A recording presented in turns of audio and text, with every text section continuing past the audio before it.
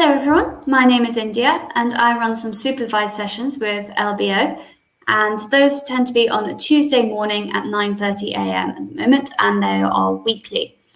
And what a supervised session is you play some hands, and if you get stuck, especially in the bidding, you can ask me for help and I'll come to your table and help you out.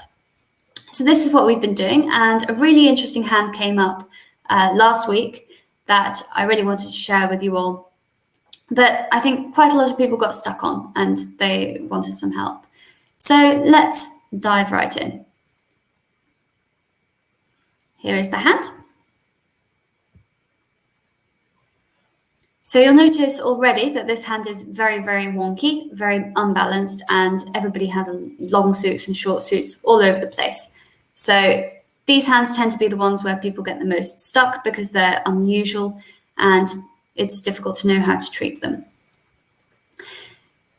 Starting from East as the dealer, they've got a lovely hand, definitely, but they don't really have a bid because they're not strong enough to bid at the 1 level. And if they were to jump to the 2 level, they'd be showing, first of all, 6 cards in their suit, and they don't have that. And second of all, misrepresenting their hand. So it can be fine to jump to 2 or something when you have a weak hand with 2 5-card suits, because you've got a lot of playing strength. But it's not normally a good idea when your suit is as ropey as this spade suit is. And you wouldn't want to show your diamonds because then you wouldn't be mentioning to your partner that you have this major.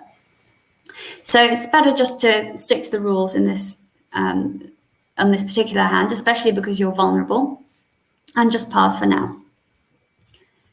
South is also going to pass because they don't have a weak 2 in clubs available anyway, and they might be a little bit worried about the vulnerability as well.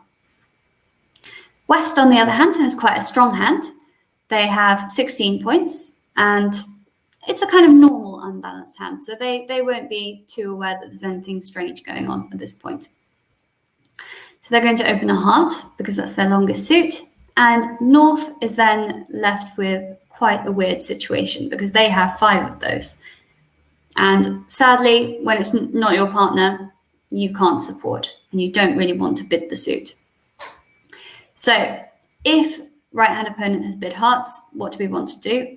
We want to defend. We want that suit to be trumps, and we want to have a nasty surprise ready for declarer. So the best way to keep this nasty surprise is just to pass. So that's what North does. And East, of course, is going to bid the higher of their 2 5-card suits. They're going to bid their spades. South will pass again. And now West will bid their second suit, clubs. They're not strong enough to bid 3 clubs. That would be forcing to game, new suit at the 3 level. And when their partner is only shown 6 points, they would need 19 to do that. So they're just going to bid 2 clubs. North will pass again. Remember that now that their left-hand opponent has bid spades as well, they really don't want to interfere because it looks like something really funny is going on this hand. So North is going to stay quiet and hope that something really good happens for their side. So East has a really difficult decision now. Although they've got a very, very unbalanced hand, they shouldn't bid. And I know this sounds completely crazy, but when your partner offers you 2 suits and your partner's the opening bidder, you don't generally want to argue too much. If East had their own 6-card spade suit, yes, they could bid their spades again. But you really don't want to do that when it's very, very likely that your partner has a singleton in spades. Doesn't look like a suit you want to play in. So why not bid the diamonds? Well, yes, you might have a fit in diamonds, and you happen to be able to see, when you can see all 4 hands, that today we do have a fit in diamonds. But you will never get to play in 2 diamonds. Remember that 2 diamonds is a forcing bid. So if you bid 2 diamonds, your partner is expecting to be supposed to bid again. So you never get to play there. And what will happen is you'll bid 2 diamonds, and then looking at your hand, what do you think partner's most likely shape is? Well, actually, there are a lot of hearts missing. So partner is very likely to be 6-4. And if that's the case, partner is just going to bid 2 hearts over our 2 diamond bid, and we're going to be really unhappy. So rather than tempting fate and just getting higher and higher and higher as we try to rescue our partner, we're just going to say, you know what, I know we have 7 trumps. We have 7 clubs between us, at least. Partner could still be 5-5. I've got a shortage in a suit that I know my partner has length in, so I can trump in the shorthand or ruff in the shorthand. So we've got quite a lot of playing strength in clubs, even though it feels like a bit of a wonky hand. So East will pass, and South will feel like Christmas has come early, and they will also pass.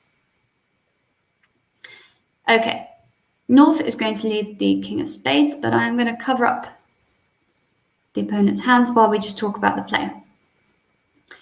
So on these hands where you don't really have a very good trump fit, it's normally better to count winners rather than losers. When you have a good trump fit, it's much easier to count losers, although a lot of people do struggle with it. But on this particular hand, you should count winners. And that's because counting losers assumes that you're going to do some drawing of trumps, but you won't want to draw trumps on a hand where you don't even have that much of a majority of trumps. This definitely looks like a hand where you want to be trumping some hearts, and the remaining thing to decide is it going to be safe to take the diamond finesse? So let's count our tricks and see if we can work out the answer. So we have the ace of spades. We have the ace of diamonds, that's 2. We have the ace king of clubs, that's 4. So not too many tricks at the moment, but if we can get 4 more tricks from somewhere, then we will make our contract. One option would be to take finesses and diamonds, but if we do that, we're going to be at the mercy of the opponent's trumps because they only have 5 diamonds, and if they manage to trump, they can just keep playing suits that we don't have enough of, and we can use up our trumps. It looks like something really bad is going to happen. If the trumps are not 3-3, then we're going to have some problems, and most likely they are going to be 4-2 because we've got an even number missing, so they're more likely to break oddly. So if you don't know that statistic or that general rule, then that's going to be a really helpful one for you. So that's the reason we normally go for an 8-card fit, because it's just so difficult to keep control of the hand when we have 7. So rather than looking for diamond tricks, what's the next best thing? Well, if we can trump 3 hearts in the dummy, then we're already up to 7 tricks. So then we would just need to trump 1 spade. And that's going to be fairly easy because we're going to need to trump that spade in order to get back to our hand to trump some more hearts. So this is going to be a cross-ruff hand, effectively. So that will answer our question about what we should do.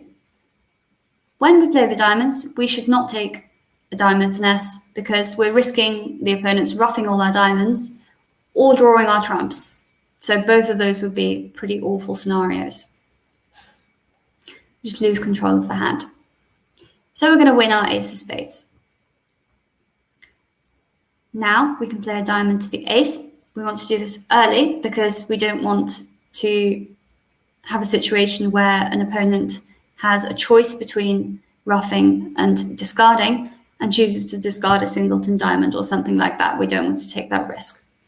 So we play a diamond to our ace and then we ruff a heart. Now, how do we get back to our hand? We want to do this again. Well, this is our opportunity to ruff that spade that we talked about. So play a spade and ruff it in our hand. Always a good idea when you've done one thing or completed a job to recount your tricks. So at this point, you can see down here, we have 4 tricks already. We have 2 more in clubs, the ace and king. So that's 6. We just need 2 more tricks. So if we manage to ruff both of our hearts or trump both of our hearts, then with these little trumps in the dummy, then we're going to be in a really good place for our contract. So let's do that. Trump another heart. And then how do we get back to our hand? We trump another spade. So this is a common thing with cross-ruff hands where it feels like, because we're roughing in both hands, what we're doing is trying to rough in both hands. But often what we're actually doing is using the roughs in our own hand just to get back there so that we can rough in the shorthand. So this is a really common misconception. Roughing in the shorthand gets us more tricks. Roughing in the longhand doesn't necessarily. Okay, we've done another round of roughing of hearts. We now have 6 tricks, and we have the ace and king of trumps. Nobody can take those away from us, so our contract is safe. Let's be greedy. Let's try roughing another heart. Great, it worked. So now we should be set for an over trick. So at this point, we can relax. I know that we haven't finished playing the hand yet, but no one can take away the ace and king of trumps, so we can relax, we can breathe, and anything else that we get is a bonus. How about trying to push out the king of diamonds? If we do that, then we can potentially establish another diamond trick if the opponents can't trump. It's going to take a lot of miracles, but there's an outside chance. Let's try that.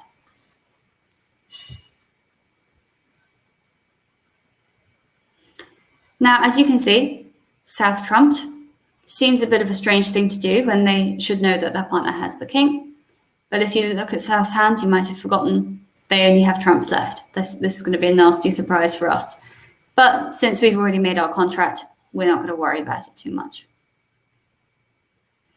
Now they play a trump. And this is the point where we find out the bad news. They rough their partner's winner. The hand is kind of fallen apart for the defenders. South is going to get the rest of the tricks now because they've only got trumps left and nobody else has any. So that was quite a crazy hand, especially when the trumps were 6-0. But as you can see, we didn't have to worry about it too much because if I show you the hand again,